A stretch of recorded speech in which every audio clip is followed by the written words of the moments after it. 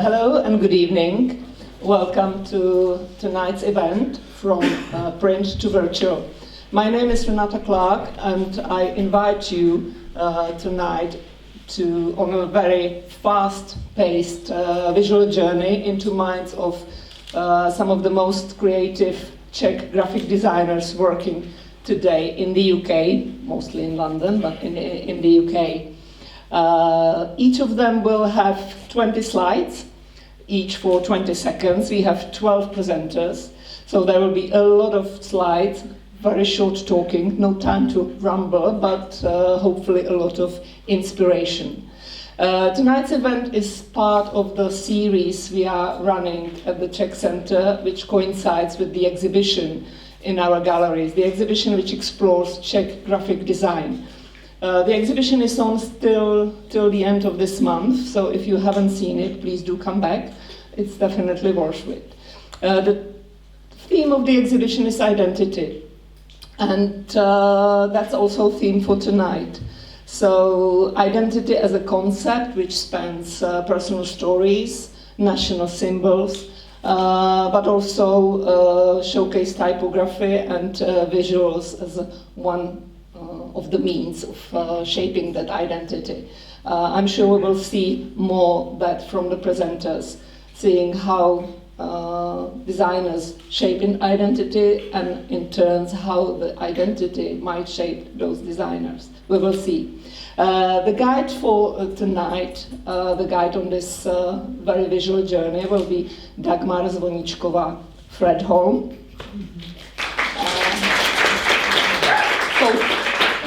co-founder and director of the aptly named Identity Designers. She will make sure that everyone just keeps to its allocated time and also introduces everyone. And because Dagmar will also kicks off tonight's presentation, I will hand mic on to her. And let's start this celebration of Czech graphic design. Thank you very much and enjoy the show. Thank you very much for the introduction. Hello, everyone. I feel very honored to be the one guiding you through tonight. It's going to be an exciting night full of inspiration, and the content ahead of us is so exciting. So, just a little bit of practical information. There won't be any Q&As, so if you have any questions, remember them, and at the end there's going to be wine and social gathering, so you can ask your question to the speakers yourself.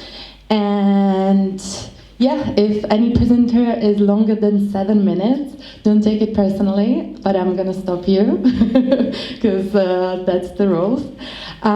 So let's do it. I will start by introducing myself. My name is Dagmar, and I'm one of the co-founders of Studio Identity Designers. ID stands not only for identity, but also for the two co-founders, Ivana and Dagmar. Ivana is based in Czech Republic, we're both Czech, and I'm based in London. Perfect on time.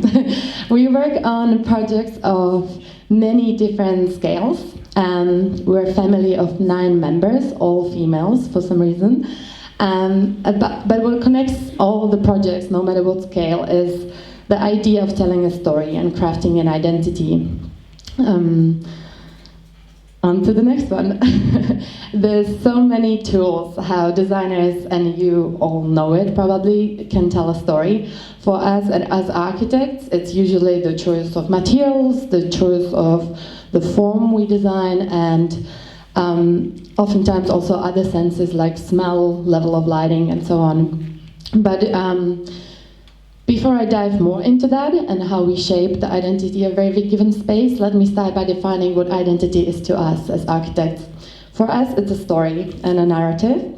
It's a story we all tell to the world about who we are by choosing what we dress, what we listen to, who we hang out with. And this context is ever-changing. So as we go through life, our identity changes with the context. So identity is not fixed, it's fluid. As I said, we understand it as a story, that the narrative is changing based on your life story, basically. And the three key elements that change our identity is the time, the people, and the place. The time in a sense of the time in the age in which we live, the time as our own age. There's certain society puts certain expectations at different ages.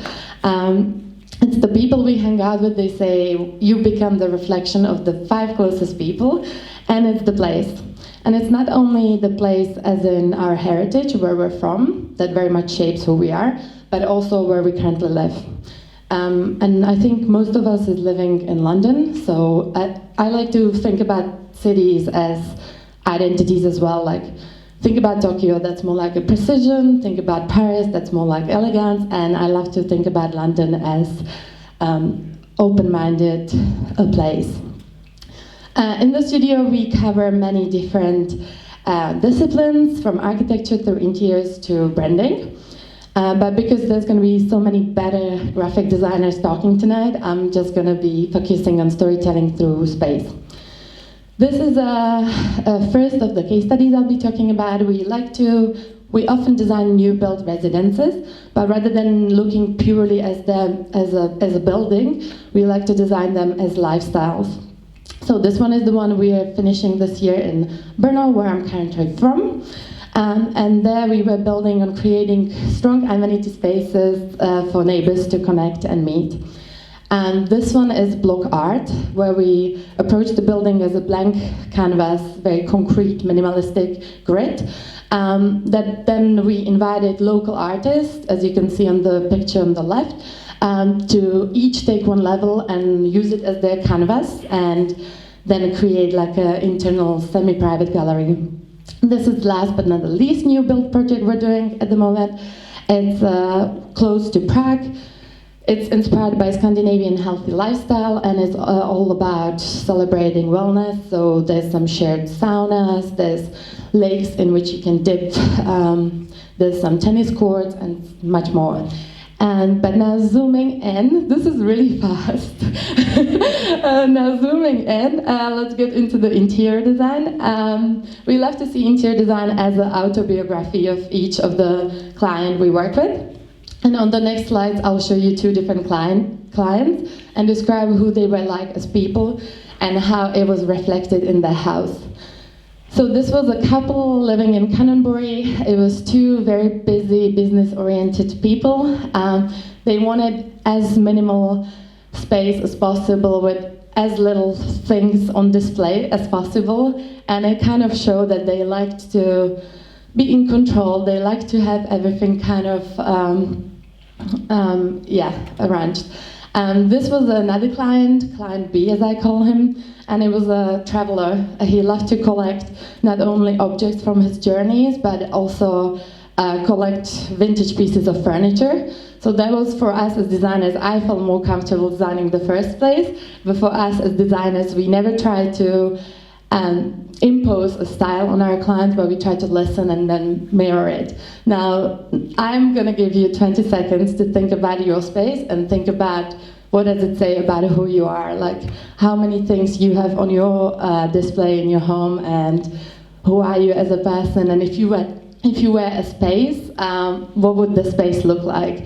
I'd love to see all these images now from your heads, but I can't. There's not enough time. And now zooming even more so in, we work not only on residential projects, but also commercial projects. As I said, graphics I leave to the other experts of tonight. But what I'm going to be talking about is how do you tell a story of a brand through space. We like to look at brands the same way as we look at people. Their identity is also shaped by so much context. It's maybe not that much about who's the brand's friends, but who's its customers. It's not maybe where is the brand from, but what is like the heritage of the owners and so on. There used to be the only approach of like Starbucks or Costa, that they would create their global brand identity and they would spread it around the world and say this is us. But I think there's much better examples than that, how to create a brand identity through space, and I think Aesop is a great example of that. Where whenever you go to Aesop store, you always know you're in Aesop store without it looking always the same. And this was our approach to the same philosophy. We were approached by clients who created their homemade chocolates. They didn't want to use any additional additives in their recipes. It was all just very raw ingredients, and that's what inspired that interior you've just seen. So this was our take on identity. For us, it's a story, it's an ever-changing story, and I've run out of time. I wish I could tell you more. Thank you so much.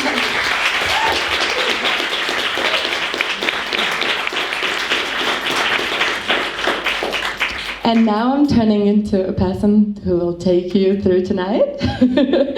So thank you very much, Dagmar. Next one, I'd like to invite graphic designers specializing in the intersection of technology and brand identity. His approach connects timeless design principles with emerging technologies to shape modern visual identities. Please welcome Philip Havlina. Hey, thank you so much for the introduction. So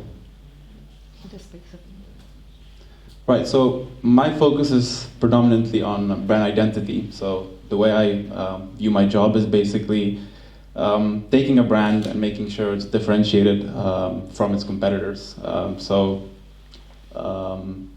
Basically,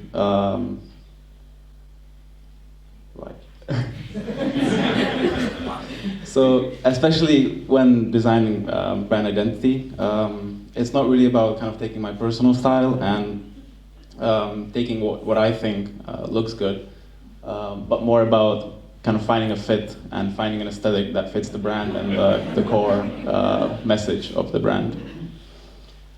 Something that underlies all my project, I think, is kind of the intersection of curiosity and technology. And I think in practice, that usually looks like really understanding your client's product or their service, but also being aware of the technology that's out there and kind of knowing what's the best technology to communicate their message. This is the before and after of the first project I want to share today. It's the branding identity I worked for a UK-based startup in the energy sector.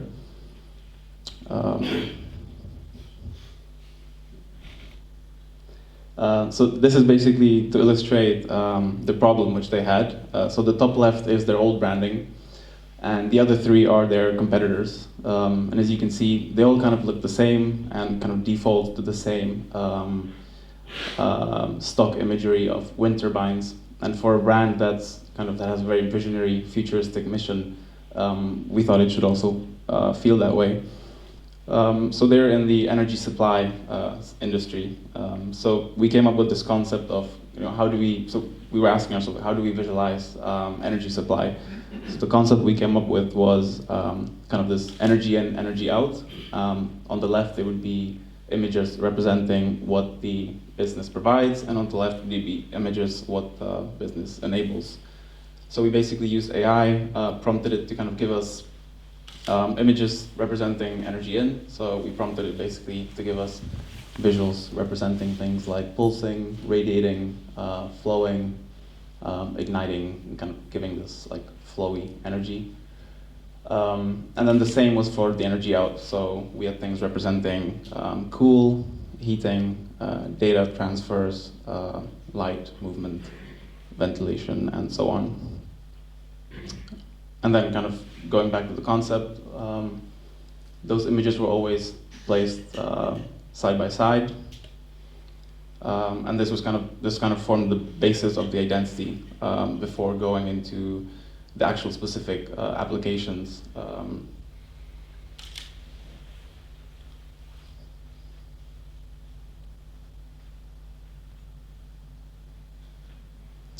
We also changed their logo because we thought their old logo was quite cringy, and it was hard to take them seriously because they were like clean energy, squeaky clean. So we thought, let's make it simpler, still kind of having the heritage, but just simplifying it and making it look more scientific, inspired by kind of scientific tables. I forgot what they're called.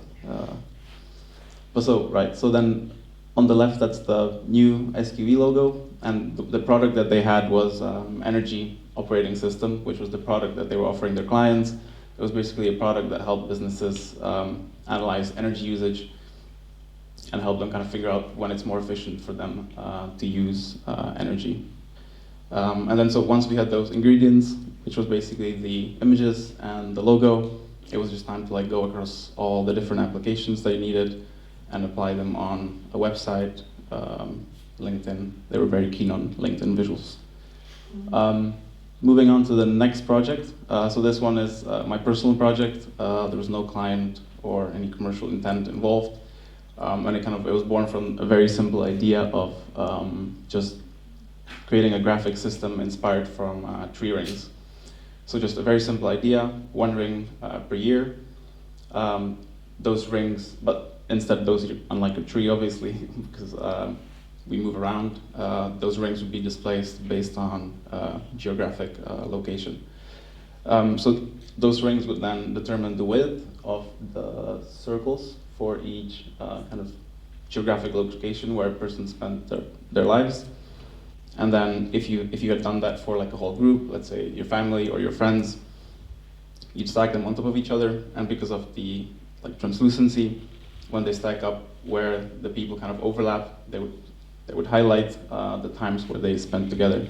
And so once that system was in place, we created a platform where you could kind of go in, fill in all the information, and it would always give you like a bespoke graphic representing either your families or your friends' basically lives, and see like where you've overlapped and where you've lived together. And then once you had that graphic, you were also, I thought it would be nice to like, you could print it as a poster. So, yes. And then, right, so it was basically about defining a system, and then with all the different inputs that you put, it would always give you like a different graphic. So these are some of the examples that I did for family members, friends.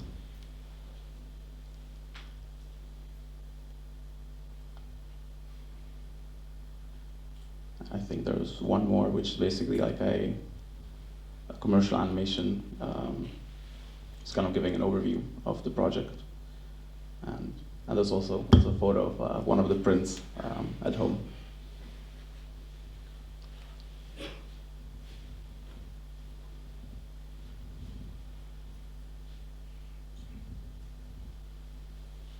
But yeah, so basically, the point was basically to have something that always looks similar, but always kind of has like a bespoke feel to depending on what you put in. So.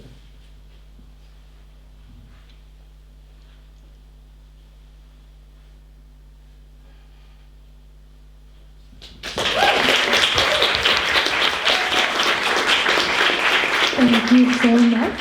I need the website later. It's so cool. Next one is a co-founder of Studio Basic, art director and design educator. Her practice focuses on creating visual identities within cultural discourse. Karolina Krupičková.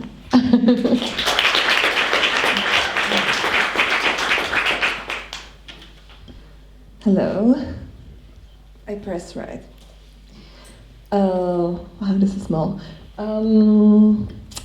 Yesterday I was cycling home and I kind of ran in my head through the presentation, and my mom called, and I was telling him, "Mom, like, what would you do? Like, it's kind of prepared, but what would you do?" And I kind of want to focus today on a couple of projects. It kind of explaining my Czechness, because if I have any friends here, they know how me being Czech is like a topic itself. And I thought it would be interesting maybe to focus on a story and contrast how I left the estate in Hamerton and like went and worked in Dubai, and I want to talk about Studio Basic, and I want to talk about do you think these are gonna play, all of them? There, some of them are videos as well.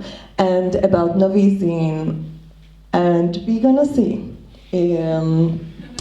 And about another publication and independent publishing, which I'm personally passionate about, and I love it.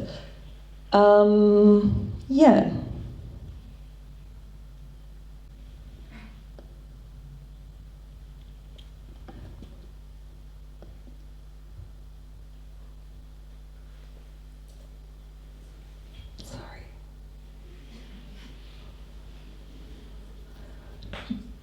This feels more like 20 seconds.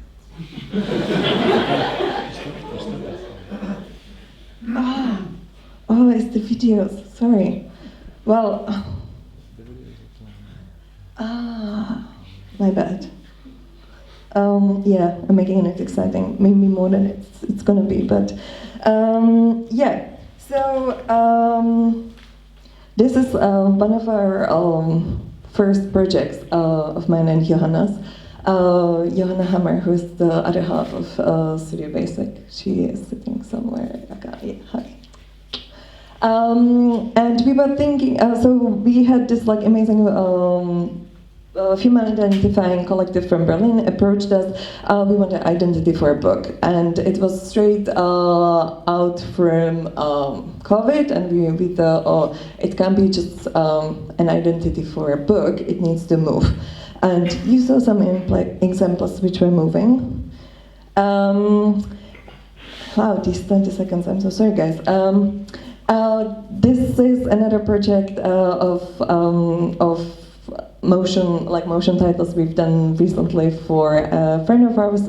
She's a director, and she was collaborating with Floating Points, who made music for this piece. And they were collaborating with this choreography duo. And they approached us, and we know that Jordan is extremely weird and passionate about X. And she wanted something which would reflect her artistry in that way as well. So Joanna and I, we sat down and we were thinking, okay, how can we bring those X into the typography? And what you saw was the lettering made from Agio. This is another project we worked on with Jordan. This is really stimulating for my ADHD. There's like layers of music, thinking, and what's gonna come for the next slide. And 8 years ago, I used to live in a warehouse where I introduced Věra Chytilová to a friend of mine. And this Je tam něco?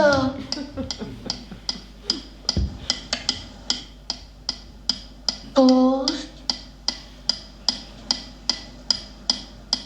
Něco by se mělo dít.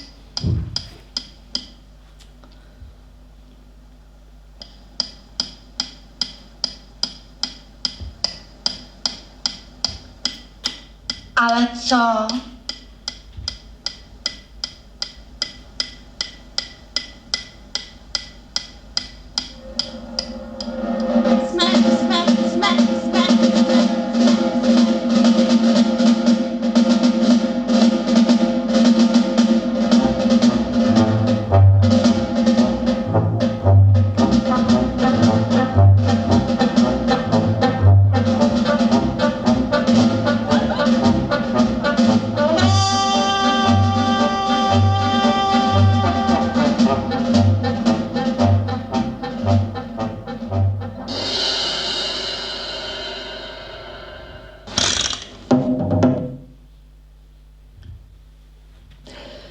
Yeah, and then I wanted to talk about Studio Basic, and also like about how I graduated 2020, and there was like no degree show because there was COVID, and I desperately wanted to go to Amsterdam to intern for Studio Regina, and then there was like no internship for me because there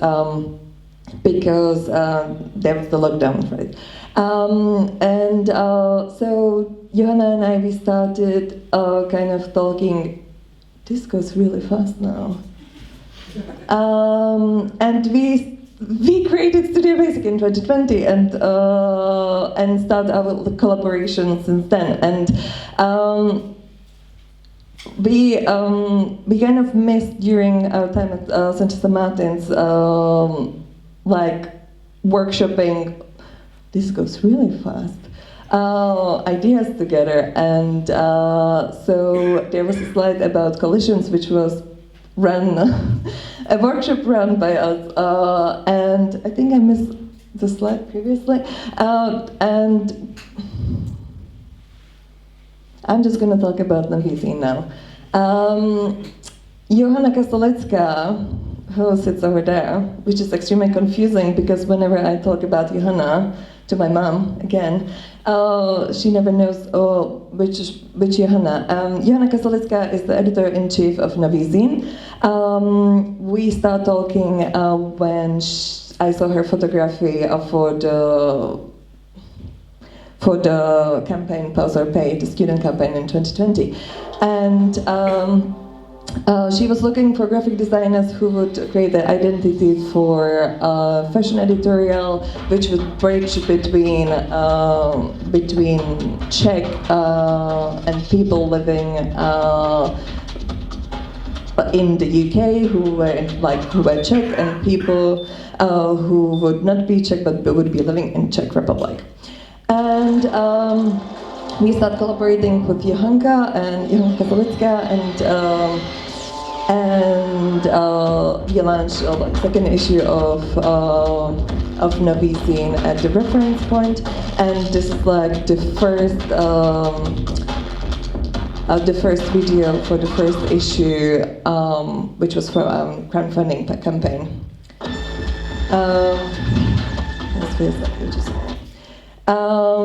Yeah, you can find a publication at Custom Magazines in New York, who are not replying to our emails. I'm very sorry about it.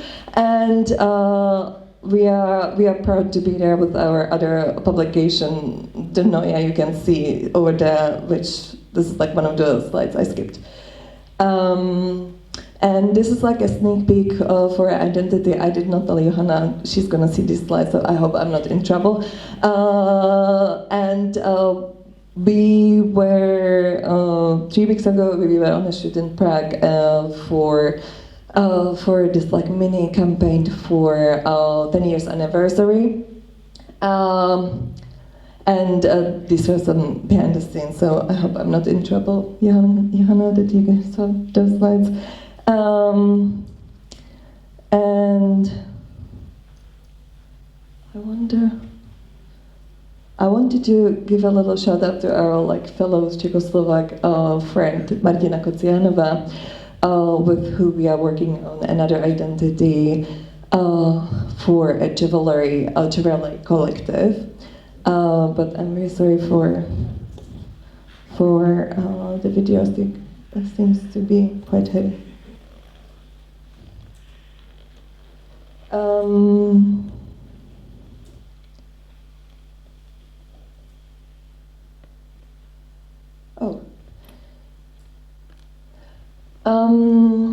Yeah, so skipping through, yeah, I guess I'm gonna just talk about those two projects, which were another identity for a gallery, exhibition design for Arbeit Gallery. And we were thinking, how can we? That was very very beginning of the AI, and that time where you were able to generate only mostly images, and then the animation you saw was done like in After Effects, and we were tasked with with the situation that there is like 11, 12 AI artists who are doing this group show, and how can we represent them like within like a visual system. I think I'm missing here something. I missed the slide, but.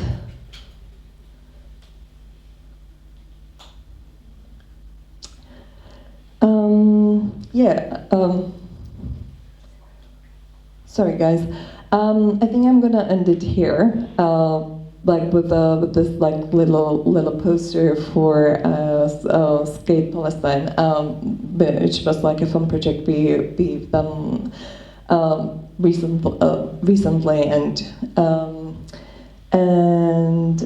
if anyone has any questions, I will be later over there. But yeah, thank you.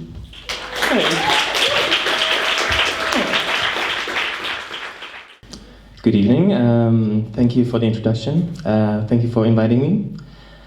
My name is Joachim Bozek, and I'm going to be talking about breathing images and what that means. And for me, it means something beyond an image. And since I come from an animation background, sort of breathing images is sort of an intersection of the three pillars of my interest, which is film, design, and live performance, and I'm situated somewhere in the middle. And what interests me the most about this sort of intersection is where those spheres and influences meet, and basically where those spheres can influence one another. And what I find quite interesting in live performance, in design, in film, is how these another round of three different subjects can sort of motivate and influence one another, which is presence, movement, and expansion.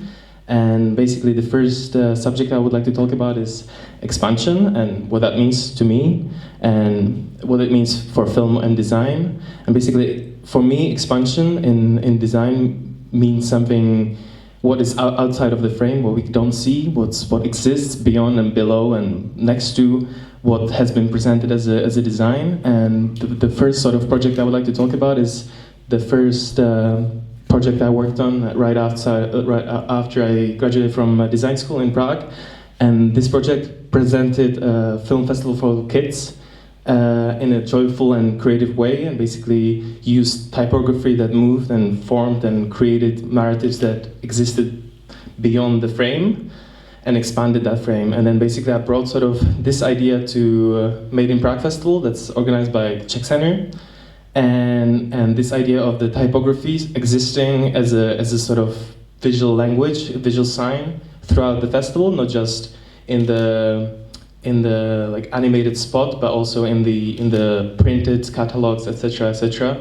And what sort of inspired this idea was having a narrative that exists throughout the genesis of an idea, throughout to a typography, to a printed catalog, to a video. And this idea was sort of brought throughout the festival run. So you can see that this idea of an animated form was present there, and that brings me to an idea of presence in an identity through presence. And right after sort of I graduated from UAL, or University of the Arts London, I started becoming more interested in live performance and how we can link animation and live performance, and how new technologies are sort of allowing having interactivity with animation. And basically I started right after graduating from UAL working on little projects where basically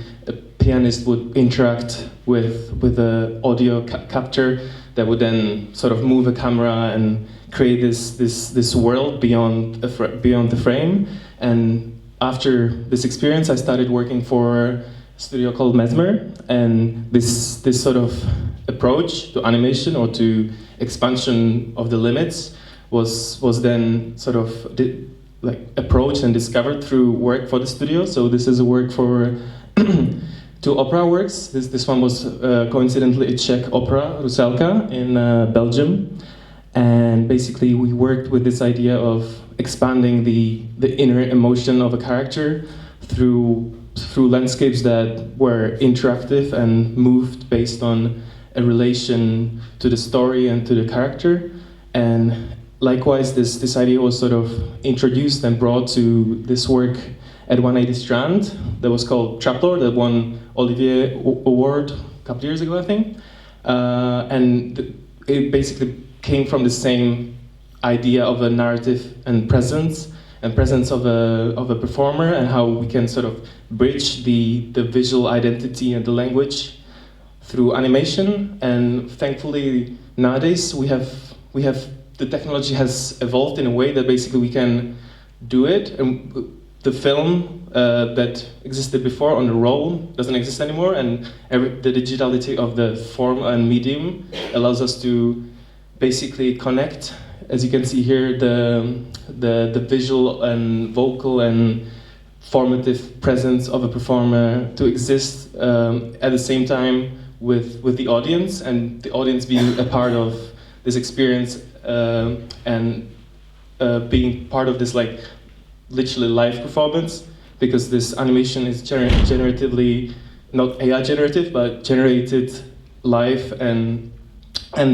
this approach can be also used to like the extreme sort of level. For example, for this project for Helsinki, where the virtual character was sort of created and existed beyond any performance. And then that brings me sort of to the third pillar of breathing animation, breathing image. That's movement, and that's sort of my personal work and how that's informed by design and film and live performance. And basically, movement is something that's sort of omnipresent in design and in live performance as well. But I like to take then this influence and this idea to my personal project. So this is my recent film called Flares, that sort of explored this idea of medium and narrative combined. And likewise with a film called Wedded, who's collaborated. Karina is in the room as well. Both of those films, if you want to go see them, they're premiering in Annecy next week. So that's very exciting. And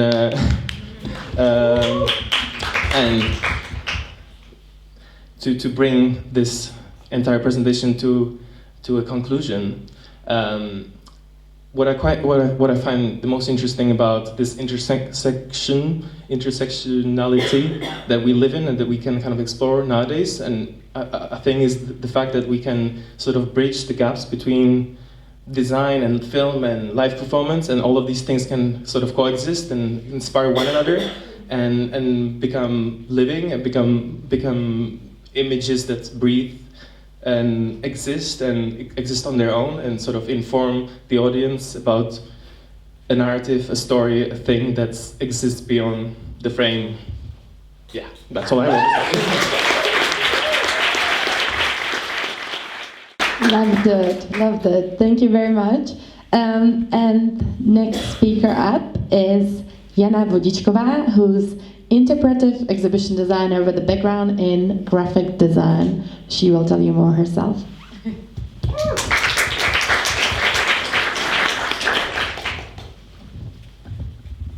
Thank you. Thank you for coming tonight.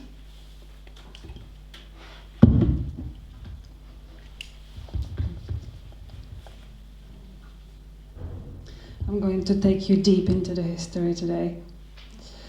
I was born in Brno and grew up there in the 80s and 90s.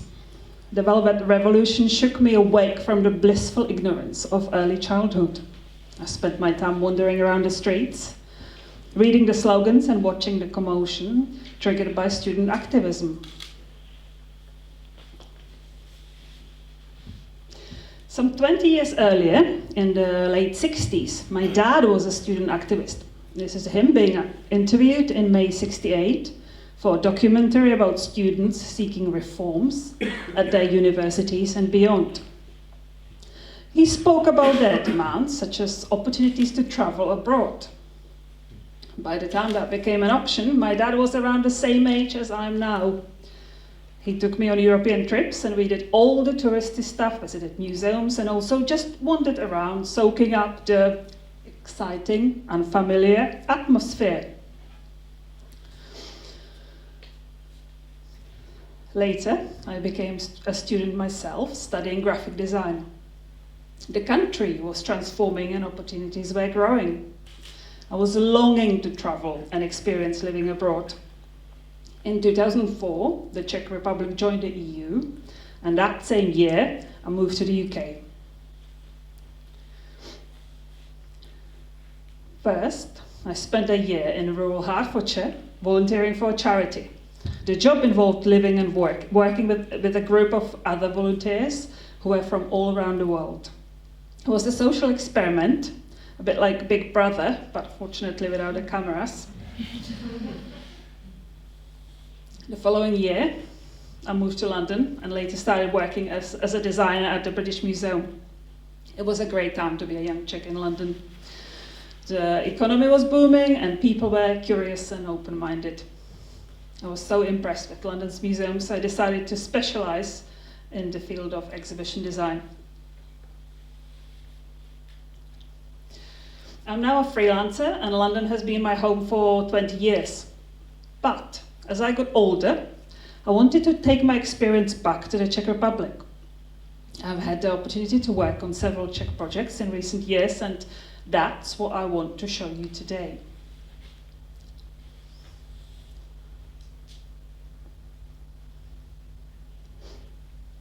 Right. This is an exhibition called Zoom in the Science and Technology Center in Dolní Vítkovice. It's a charismatic place in Ostrava, a former ironworks and black coal mining complex. The interactive exhibition is aimed at older children and teenagers, and the topic is reading photographs and developing visual literacy. It is based on the New York Times series called What's Going On in This Picture? The idea is simple. You see an ambiguous photo without a caption, and you can speculate what is the story behind that image. Once you have figured it out, the caption is revealed, and you can check if you got it right. The project was initiated and funded by the US Embassy in Prague, and as a nod to its American connections, I based the design on the House of Cards by Charles and Ray Eames. You may know that game. It's like a card game from the 60s, and what we created in this space is a giant house of cards.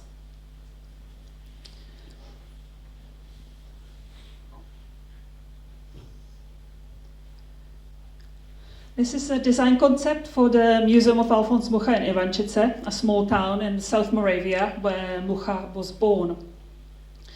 The place was a source of his inspiration and spiritual grounding throughout his life and career.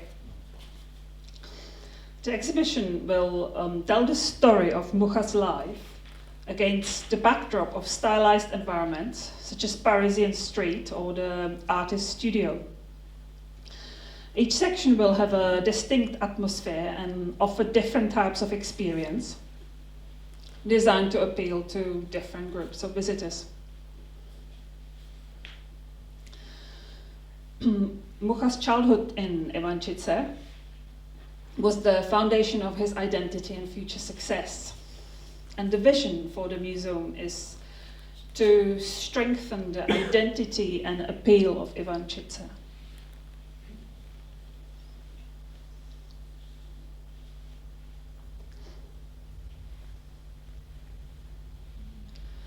This picture is from Pálava House of Nature, which opened last summer in Dolní Věstonice.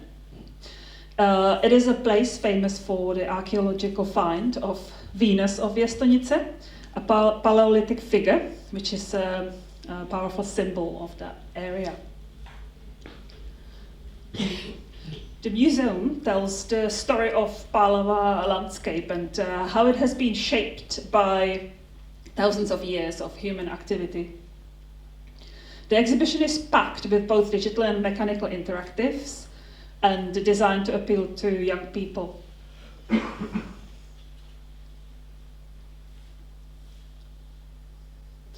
The landscape, the Pálava landscape, is dominated by enormous water reservoirs. Their build claimed a village of Mušov, which was razed and flooded in the 1970s. And this part of the exhibition is based on the memories of people who grew up there. To present the remarkable biodiversity of the area, we commissioned hundreds of bespoke exhibits from taxidermists, botanists, artists and model makers. The specimens are organized around the contrasting habitats that make Pálava so unique. What I love most about exhibition design is to be able to move around a finished exhibition. I enjoy watching the visitors' interactions with the display and also with each other.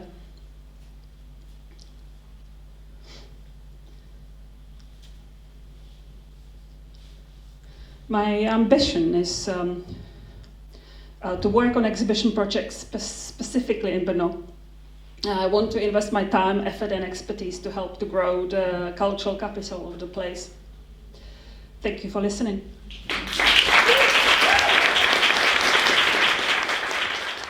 Thank you so much. Loved it. On to the next speaker. We have an illustrator and graphic designer with background in architecture and civil engineering. His work focuses on cities and urbanism. Please welcome Lukáš Novotný. I'm Lukáš. My presentation is called From Print to Print because I've never moved to the digital sphere. You know, like this event is called From Print to Digital, like, you know, it's kind of evolution. Anyway, this is me back in the day, being a teenager. I would buy kind of white trainers, white sneakers, and then just like design them with some funky designs, sell them at slight profit. Sometimes I had to like give them away because they were too crazy. But it was kind of my early start to graphic design, and I always kind of was struggling to find my own kind of like a defined path of like, you know, I'm going to do this, I'm going to do that, which explains why I found myself at Czech Technical University studying architecture, despite me being terrible in maths and everything. But before they kicked me out, I managed to win like a competition for the merchandise for the university. And so this is some of the winning designs. This is a notebook with like a list of famous product designers, and you would just like you know, you would buy it and then you would sign your surname at the end. And there you go, you are like, you know, one in the list of the best product designers. And then there's this really simple bag, tote bag. People still wear it. Friends send me like photos of people wearing it 15 years later. Then I moved to London because I was trying to find some new, like, challenging environment.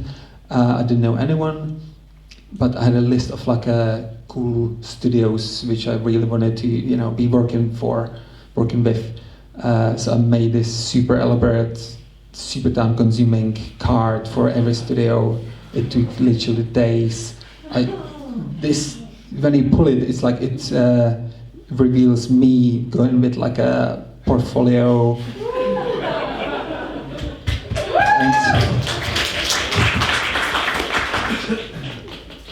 I managed to get one contact out of these. Well, you are laughing, but the contact led to this project, which is Steelhouse in Copenhagen. It was branding, it was a wayfinding system, it was murals for the for the gym, and it was steel workers kind of union house, and now it's like a hostel. So in the basement, I was like, I will be funny. I will draw people pumping iron. Back in the day, they loved it. Again, this is from the same one card. I managed to, get contact with. This is a mural in East London's hotel, Aloft XL London. That's the name. It's huge, and it just shows kind of the cityscape of East London with all the Canary Wharf, the O2, Trellick Tower, Balfron Tower, stuff like this. Then I wrote a book, and I just always wanted to make a book. I started as a pepper book, then it suddenly became 200 pages. It was shortlisted for British Book Design Awards. It was great fun when I was making it, and I was like, I need to do more of these. This is another project which is kind of, it's a pop-up book, obviously.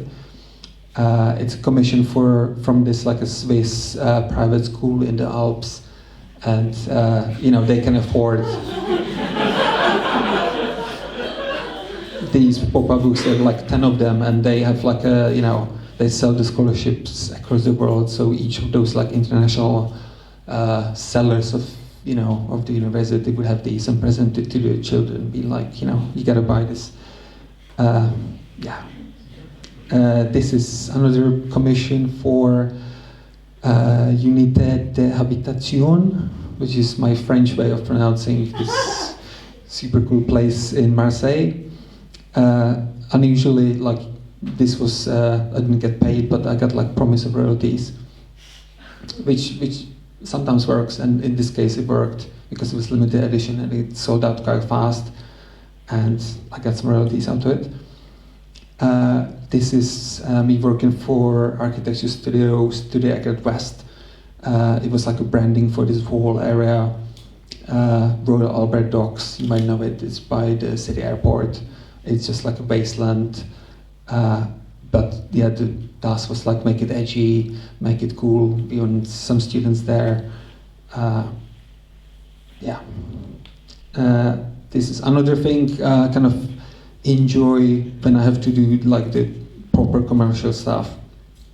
Found out the tedious stuff making little maps and infographics. I just spend way much time on it, but kind of I enjoy it a lot. This was private partners there, urban planners, and do stuff like this. So just spent 2 days making this tiny map, which is on a single slide out of 50. So they probably just flew for it. But I had fun. This is amazing commission. This is series of covers for Architecture Design magazine from Slovenia. This came through my friend DJ, who's sitting right there. It's good to have friends. No, I would be your friend even if you wouldn't. Now it sounds bad, but basically they were also an amazing client because they would just give me a couple of keywords for the next magazine and be can we get it in a month? And I would send it to them, and they would literally not reply. They would just send me in the magazine in a week. Would come printed magazine, no comments from the client, nothing. So that's a dream client. This was a double cover. So in Ljubljana there are these two Britalis buildings. And the magazine was you can flip it, and then it's the other side. So one side is kind of imagined spaceport. Oh my God, I got 30 seconds.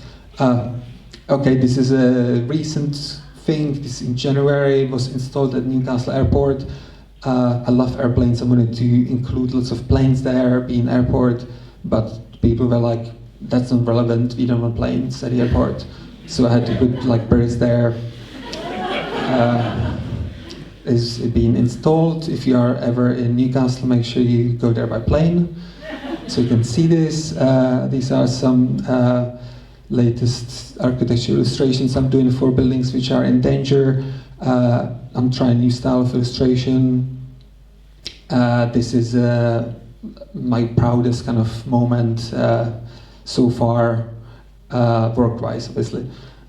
I've wrote and done this book. Recently, kind of big shit publisher in New York published it, and it was amazing. My mom is super proud of me.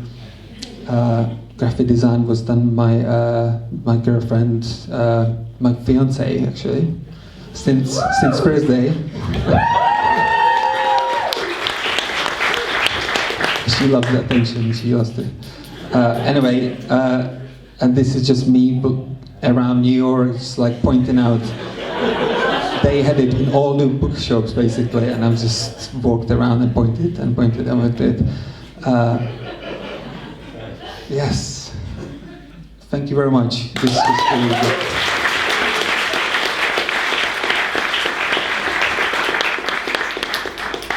Thank you so much. I've been following your work for a while. Love it.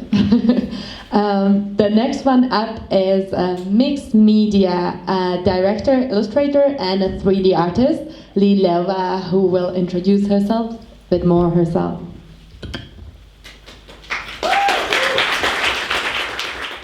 I am Lee Leva, Czech Vietnamese illustrator, 3D artist, mixed media director based in London, and today I want to talk to you about artistic identity. So I moved to London from Prague to study illustration at UAL Camberwell, University of Arts London. I then joined a creative agency called Cult and was working there as a junior creative technologist for a year and a half. And then I went back to freelancing, doing illustration, 3D work, and I got signed as an animation director with Greenhouse Animation. So I love experimenting with technology to push the boundaries of illustration, storytelling, blending 3D, motion capture, extended reality. My work mixes influences from my Vietnamese heritage, pop culture, street culture to create these like immersive interactive experiences. And being an artist who explores so many different like media, I always struggled with style and artistic identity. How do I define myself? How do I define my practice? How do I keep a cohesive identity across 3D, illustration, and virtual reality? I don't know if I cracked the code yet, but for me, there are three core parts to what makes up artistic identity. You have the visual identity, your thematic identity, and personal identity. Your visual identity would be your colors, brushstrokes, texture, anything that makes you visually instantly recognizable. For example, with me, within my illustrations, I use very selected, vibrant color palette, strong ink work, gradient textures, noise texture, and I like to tell stories through panels. And I try to implement this across different media. So with 3D, I started experimenting with non-photorealistic rendering, using hand-painted textures and post-processing to really try to mimic this 2D feel, even in the virtual spaces. But not enough. I think having just visual identity doesn't make you unique. Trends, commercial projects, client briefs can really drift you away from this recognizable style. So for me, it was also important to establish a thematic identity. These would be your themes, recurring themes, motifs, interests that you explore in your work. For me, it was, for example, my Vietnamese heritage. I love anime, so Japanese culture, video games, pop culture are a big inspiration in my work. I'm very intrigued by my dreams, so surrealism kind of creeps in. And I used to be a dancer as well, so street culture and fashion would be things that appear in my work. But I think visual identity and thematic identity is something you can pick and choose. It's ever evolving. It changes as you change your interest, you grow, you age. But I think what makes the core of your artistic identity would be your personal identity. And your personal identity for me is your background, your personality, behavior, things you naturally do, how you express yourself. And I think that will translate into any work you do, regardless of medium. For example, with my personality, I think I'm quite methodical. I like things clean and organized. I hated getting paint marks and pen on my fingers as a kid, so I think that's why I'm a digital artist. And I like to tell stories through subtle details and objects, and I think these things just show up in my work without having to really think about it. Another aspect of my personal identity would be my cultural identity. As a second generation Vietnamese immigrant born in Czech Republic, but now I'm living in London as well. So cultural identity and belonging are like important themes that appear in my work. For example, this search for harmony between the East and the West. I often try to reimagine Western traditions and cultures like Christmas, Halloween, with a bit of a Vietnamese twist, as I try to reconnect with my Vietnamese roots and also just reflect on my dual identity. And people often also ask me, how did I end up doing what I do? And this playfulness and experimentation with technology is, I think, something so integral to my creative voice. I was always curious about exploring illustration beyond the page and into the virtual, into more immersive and interactive experiences. And this exploration of immersive storytelling led me to virtual avatars.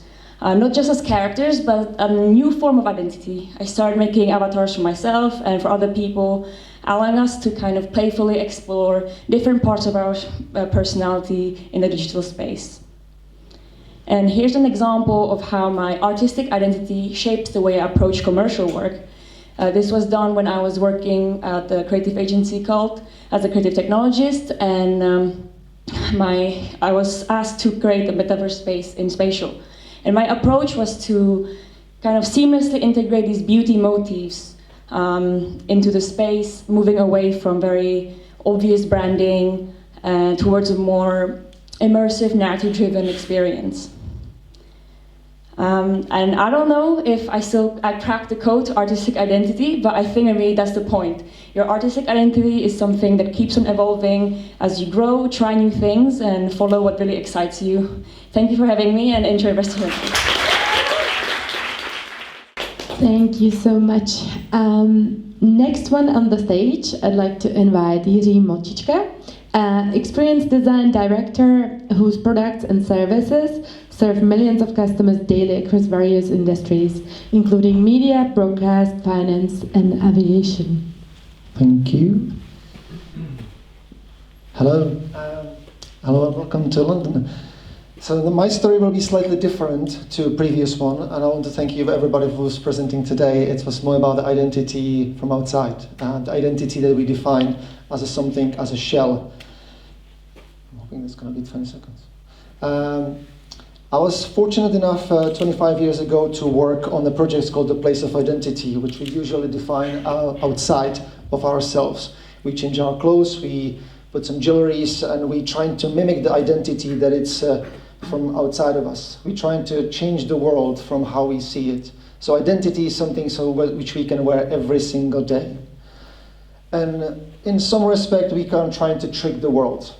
25 years ago, I wrote the dissertation Place of Identity, but I wrote it with a team of 4 different people. We are all from Zlín. We have no fancy titles, no golden stars, no privileges, and no plan for the future.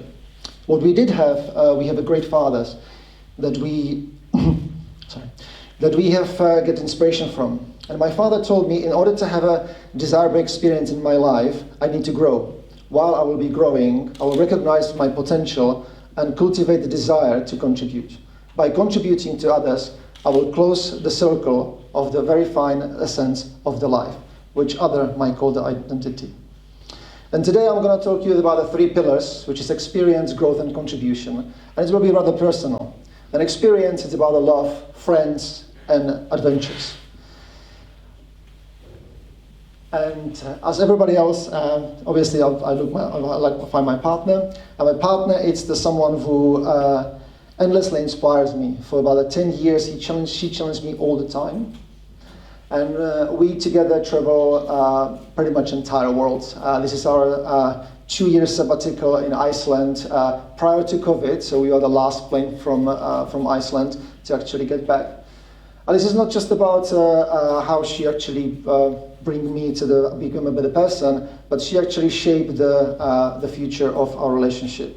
I'm also fortunate to be a part of the amazing group of Rafa Cycling and bringing people to the races. So we together completed 238 races. But more importantly, these people are challenging the way we think and how we shape ourselves, not only in the physical space, but also in a mental space. And this brings me to my travels, to my adventures. I was fortunate enough to travel 47 countries, in some of which I actually live long enough to actually understand their culture, like Japan, Singapore, Australia, and so on. And most of the time when we go to the adventures, we define ourselves as someone else. We use the escapism. We use something that basically trying to redefine us in that space and shape. And for all of us to have these experiences, we all need to grow. How do we define our growth? It's a skills, health, and spirit. Skills, we usually go into the education, and some of us actually gather titles that define our way of how we communicate to the world. We are worth of something, our identity change. And as of you, obviously I've went through the certain colleges. I have 3 titles in before and after my name. I have several certificates that means pretty much nothing. But all of them actually are combined into one thing, that it's applied skills. And most of the time that I'm working with the majority of my clients and even friends and contributors, I try to move the fact that design actually is the part that's contributing. That's coming to the health. And it's not just about the food. Yes, I love the recipes and I love the Asian food, and actually I love the food from all around the world. But it's about finding the center balance of how we actually perform. And the health is one of the greatest things and the greatest commodity that we have. Yes, we can wear the rings and we can wear the different clothes, but the health is the ultimate definer of ourselves. I have a great opportunity to spend sometimes in Asia, in Japan, and there is a program retreat that you go for 10 days in a silence.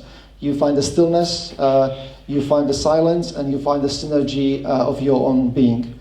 You wouldn't imagine how head can be busy if you don't have a mobile phone. And that's lead me to the contribution. And the contribution is across the obviously business. It's going to be about the creatives, and it's going to be about the family that we put most of our attentions. So in terms of business, I was extremely fortunate. I have 82 brands on my belt. But more importantly, with the design, I was capable of traveling the 12 countries, work with them, find amazing people, very talented people, people who shape the future as we know it. And if I can choose the place, I will probably live in Singapore. Not because it's a beautiful city, but because it's very closely connected to the culture and the combination of the business. And that brings me back home, which is Greenwich, North Greenwich. This is Design District, where it's our offices and where we solve the problems for design startups. Since COVID, we have helped 27 companies to raise from the zero to hero, and not necessarily just bring them to life, but bring them to the appearance. And these are my parents. Without them, I wouldn't be here. Our family is actually quite big. We are 72 members right now. So when we get together every Christmas, the identity is definitely seen. Because we are from Moravia, so we drink the wine and eat the pork. And I don't know if the slides stay for long enough. No, okay. What I said today, it's not about the numbers. It's about the matrix. And the matrix is very simple. It's you have experience, growth, and contribution. You find your love, you find your friends, you may make some adventures, but more importantly, you focus on how you become as a human being. And for me, it's a health. Health is in the center and drives everything what I do. For some people, I'm a health freak. I measure my sleep. I try to be the better person within so I can be the better person outside. And as we all know, the body keeps the count. So if you don't treat your body well, then your identity outside wouldn't matter. But as we all know, our identity can shift. And sometimes when we move from one side to another, the other parts suffer. So if you concentrate, let's say, just on the love, the rest of this actually didn't work. So you need to find a way that the persistence is the motivation for the breakfast, and fulfill every single step of your life in a very simple step. And as you can see, obviously the matrix can move around. There was many thoughts behind that. But once you actually find your center point, you will realize that if you want to find a loved one, you need to be healthy to create a healthy family. If you want to go through the adventures and you have a healthy friends, you have experienced adventures with, you have a healthy business. And so on and so forth. There was a much more deeper logic behind that. But for us, Kluci ze Zlína, it's more about less of the luck than the persistence, and that's where you can find me online. Thank you very much indeed. Thank you so much. Next one is an illustrator, graphic designer, animator, and printing specialist in Central St. Martins. Her work blends hand-drawn 2D animation with playful visual narratives in print and publishing. Please welcome Anna Niklova.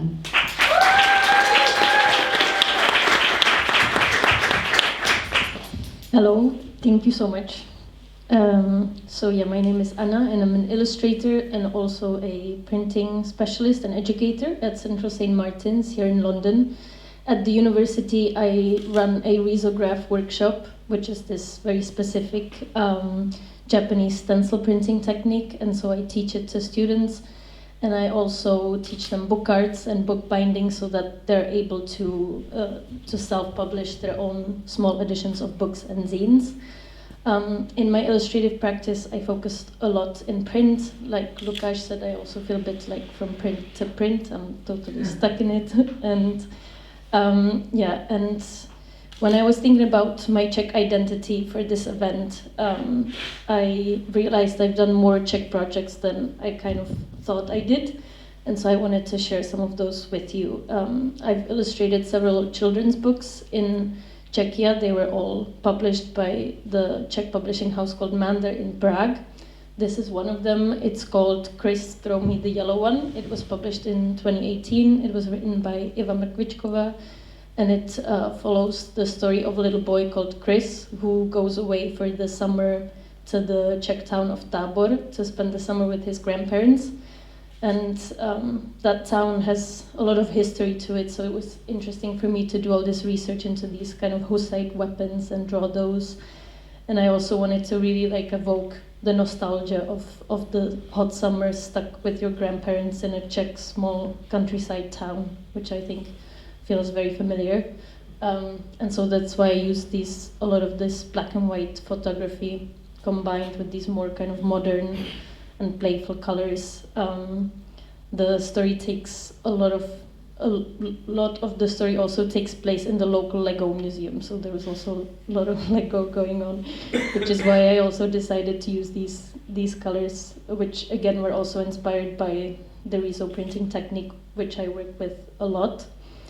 There is another book that was also published by Mander, but more recently. It's called The Tram is Flying. It was written by Daniela Fischerová, and it's a board book, so it's this really thick, glossy book, so that because it's for the smallest kids, so they can kind of throw up on it and put their food on it, and you can just wipe it away. It's a collection of little playful poems, including about all these different animals and creatures like aliens or elves. And I think, especially working on this book, I was really realizing how inspired I am by a lot of Czech illustration that I was surrounded by when I was young, because there's so many great illustrators, well known around the world, like Šašek or Peter Sees, Helena Zmatlíková. So I realized just how much inspired I was by them without even realizing when I kind of looked back at these illustrations. I also think for this book especially, I was looking a lot at my grandmother's work. Her name was Libusha Niklova, and she was a really good toy designer. And so I think for the kind of very round shapes, I was looking at her inflatable toys for inspiration. This is another kind of very inherently Czech project I have done. It's a redesign of these traditional Czech mariage playing cards, which my friend has approached me with a few years ago in Prague. And when he first had this idea. I wasn't sure, is there any point to redesign these cards? They're so iconic, they're so famous and feel so familiar. The design goes back to the 16th century.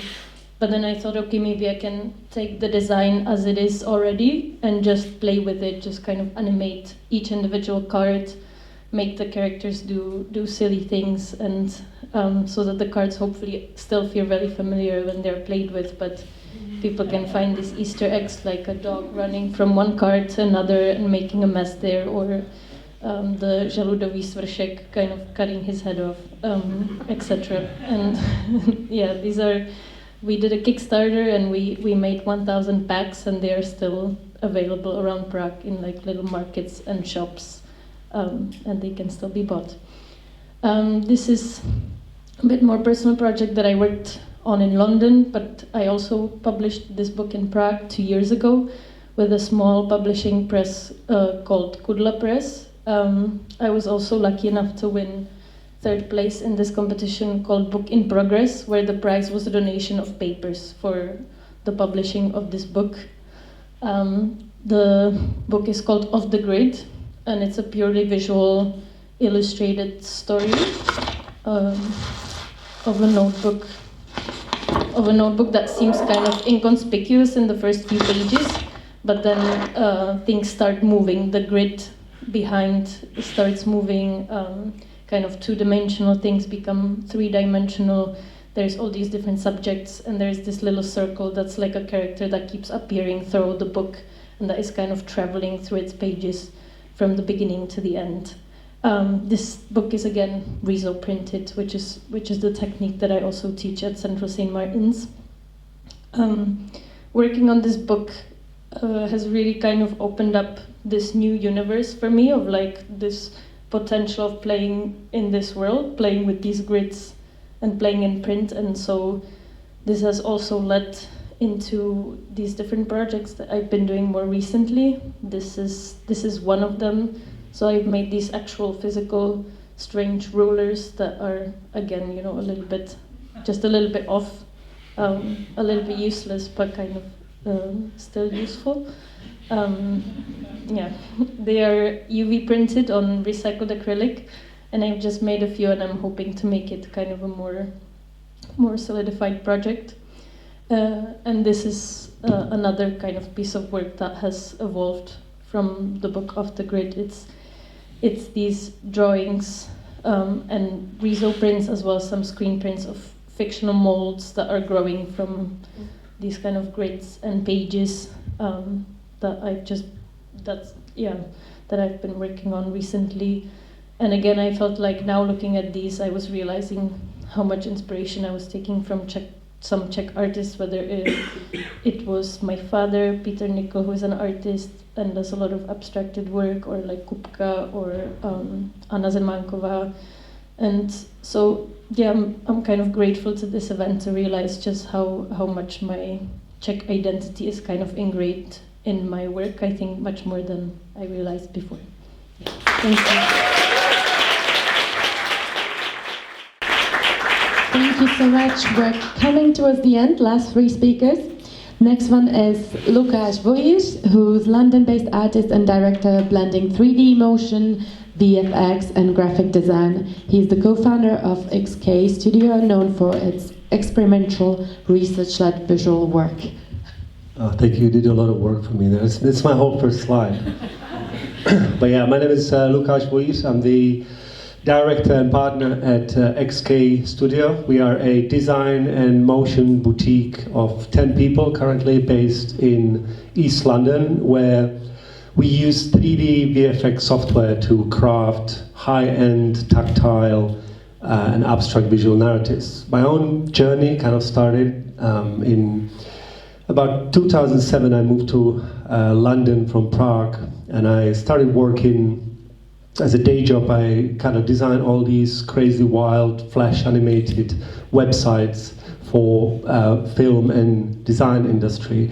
But at night, I had this kind of second life where I did a lot of live audiovisual performances and installations. I wrote my own software, and performed around small independent venues and meetups across East London, been really kind of driven by this fascination of this synthesia between audio and visuals working together. I directed some music videos and started to incorporate a lot more 3D in my work, but in the early kind of 2010s, it was quite hard and very slow to learn 3D, especially alongside a day job.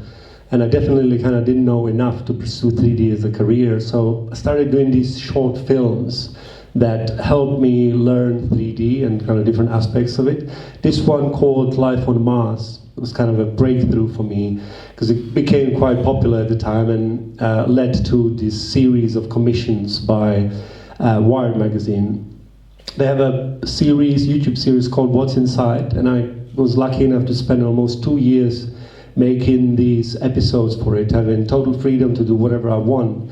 And I use it to not only learn the craft of 3D and storytelling, but then kind of over time learn and find my own niche within the 3D genre.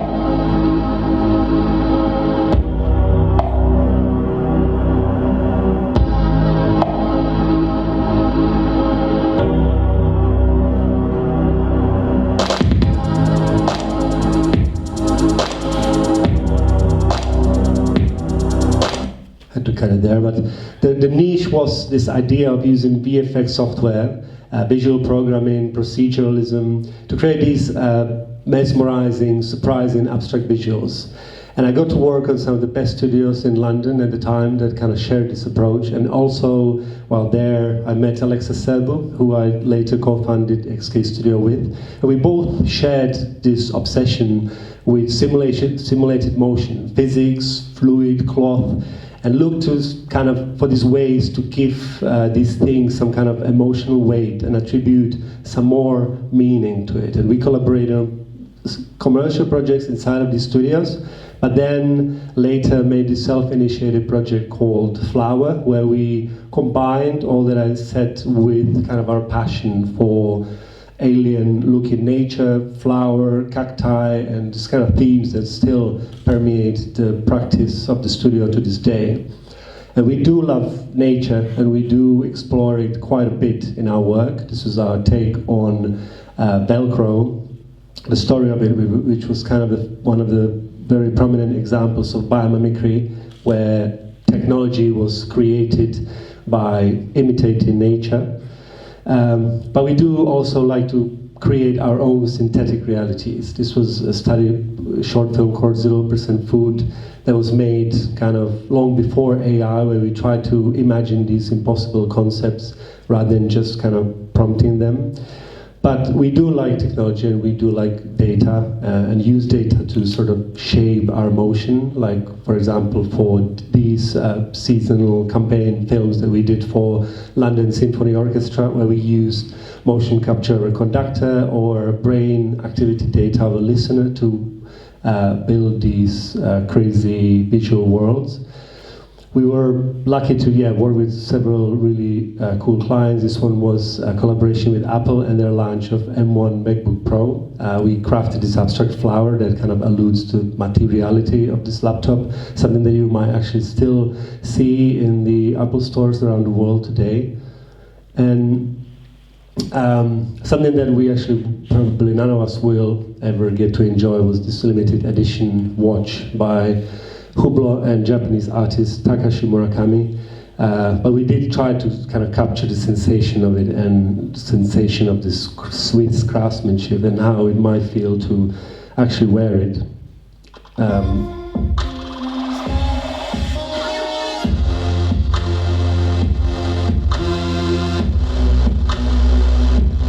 Alien Goddess, the new suprafloral perfume, Mugler.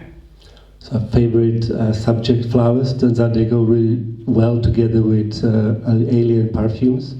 And this is what we imagine that it looks like, and what's going on inside of a data center when you talk with ChatGPT and ask it to generate images. It was a collaboration with Google DeepMind on their project called Visualizing AI. And then finally, after those humble beginnings in East London venues in 2007, made it all the way to Tottenham Court Road last year, or the year before. It was an audio-visual installation, collaboration with Matthew Wilcock, who's an amazing musician and artist, and it was this play on reactive graphical scores. And we still do love being involved with music. Last year we had a great opportunity and chance to work on a posthumous album of extremely influential music artist called Sophie, creating album covers and visualizers and so much more, still sort of trying to find ways how to express and complement music with visuals. So go check out our work to actually see it with sound. Thank you for having me. Look up XK on Instagram. Shout out to the part of the team at the back, and yeah, thank you.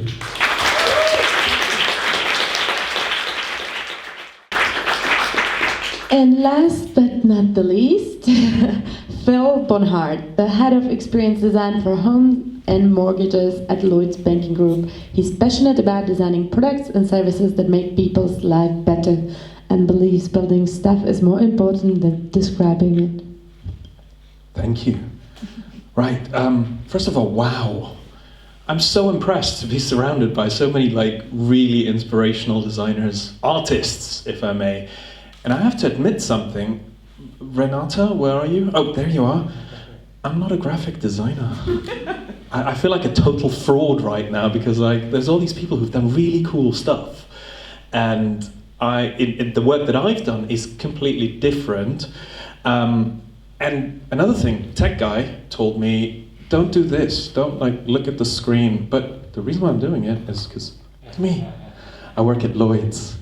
And I bet you probably didn't know that there's 400 designers working at Lloyds, right? Graphic designers, experience designers, etc. But why should you care about anything that I tell you today? I think it's mainly because the journey into design can take many different forms. And I'll talk about how I got into it from the 90s when, I was a skater boy in Prague, go via politics and, get into design eventually. So in the 90s, this was my version of the internet, right?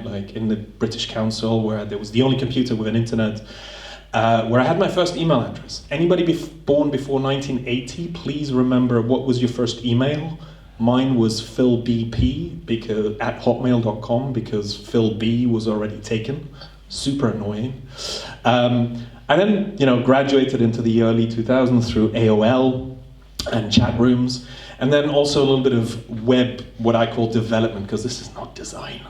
But back in 2001, this was really hard for me to make, right? We didn't have hey, ChatGPT, make me a website. I had to hand code this shit, right? Every single HTML, CSS was hand coded. I then moved on into going, okay, well, what am I going to do with this? I switched from political science into computer science, and then I stayed at university as long as I possibly could. So I did a PhD in human-computer interaction, if that means anything to you, back in the days before we had UX. And I looked at recommender systems, and somehow I should have monetized this because by now I'd be a millionaire, but I didn't. But then I started my design career when we used tools like Dreamweaver. Who remembers Dreamweaver? Yay, Dreamweaver, fireworks! And the first proper prototyping software called Azure that allowed you to actually create websites or web designs without actually knowing how to code, which was really, really exciting. I then went through a bunch of corporates because I went into consulting and then more consulting. And then last but not least, did my own tiny design agency for about 3 or 4 years, not realizing that I won't actually be doing any designing, but mainly doing pitch decks. Sell. Hey, can we do this? Can we do that? And it was horrible. And then I landed at Lloyds because I needed the money. It's the reality of being a designer. But it was a great time because Lloyds was actually expanding its design function. And my first job was to in-house the design function in the mortgages team. So I had to go to Accenture and go bye-bye. I'm going to have my own designers, thank you very much, which was really, really cool. So this has been about 200 seconds about me. And I like talking about myself. Everybody likes talking about themselves. But why should you care about, me and, my journey into design? It's because I want to illustrate that, among all the designers that you've seen, the journey into design can be very different. And design is changing. Some of the basic things about how we interact with technology is still exactly the same. If you look 1993, that's a web form. 2025, we still interact with technology in exactly the same way. Enter information into a form, computer does some magic, we enter some more information into a form. I mean, look at literally any app that you have on your phone, it's forms. Then in 2018, Jiri and I were working together at Lloyd's, and it was like, yeah, design-led organizations, it's going to be awesome, because, you know, consultancy McKinsey talked about the return on investment, and we all thought, hey, we're all going to be chief design officers and make millions. That didn't happen, okay? We still are just mere designers. And so what we had to realize is that design changes over time. Right? We moved from print to digital, back to print. We still do print. And I love the physicality of all the design that I've seen today, right? The printed books, the little notebooks, the physical spaces, the exhibition design that you guys were talking about. I absolutely love that because it reminds me that there is so much more to design than just this, which is what everybody talks about, right? VO3, this is purely generated via AI, right? Like somebody went in and gave it a prompt and they created this. And everybody's like, oh my God, that's what design's going to be replaced by, right? You're all just going to be talking to ChatGPT. And I don't actually think that's the case. But the reality is, certainly in my world, that you can go and, you know, give it a prompt and start wireframing like this, which is in Czech, right? With an English prompt, creates a banking website in 60 seconds. Which is fantastic, right? I mean, when I presented this in Prague at a design conference, the designers were like, oh, fuck. And I was like, no, don't be afraid of this. What you should be afraid of is this guy. Listen. That's my son. Trying to speak to Google. Sometimes Google understands it. But my point here is, you shouldn't be afraid of AI. You should be afraid of this guy who will grow up with AI and be completely natural with how to use this technology. And so, just like in the Industrial Revolution, you know, entire industries have changed, right? Jobs have changed. And yes, people lost their jobs, people learned new skills and moved on. It's exactly the same thing, I think, in design, right? Yes, we can stick to certain things and keep doing them, but we also adapt. And that gives us a massive opportunity, and that's to dream. So I think, actually, for anyone working in design, for anyone existing right now, it's a huge opportunity to think about businesses that you can create in less than an hour or in a day, which previously would have taken you weeks or months. And so you might be thinking, well, what about me? What am I going to do? And I look at all these gorgeous artists who do, you know, gorgeous things and say, I don't think you're defined by the physical artifact, right? You're not defined by, you know, the book that you create. Yes, it is a part of you, but ultimately I think as designers we're often defined by the relationships we create through it. And certainly in the area that I work in, it's not the UIs that I design, it's about the experiences that it enables. But for me, for that to work, is to have the relationships with the key people. And I think that is absolutely the case about something that AI can't replace. Thank you very much. Now let's go on beers.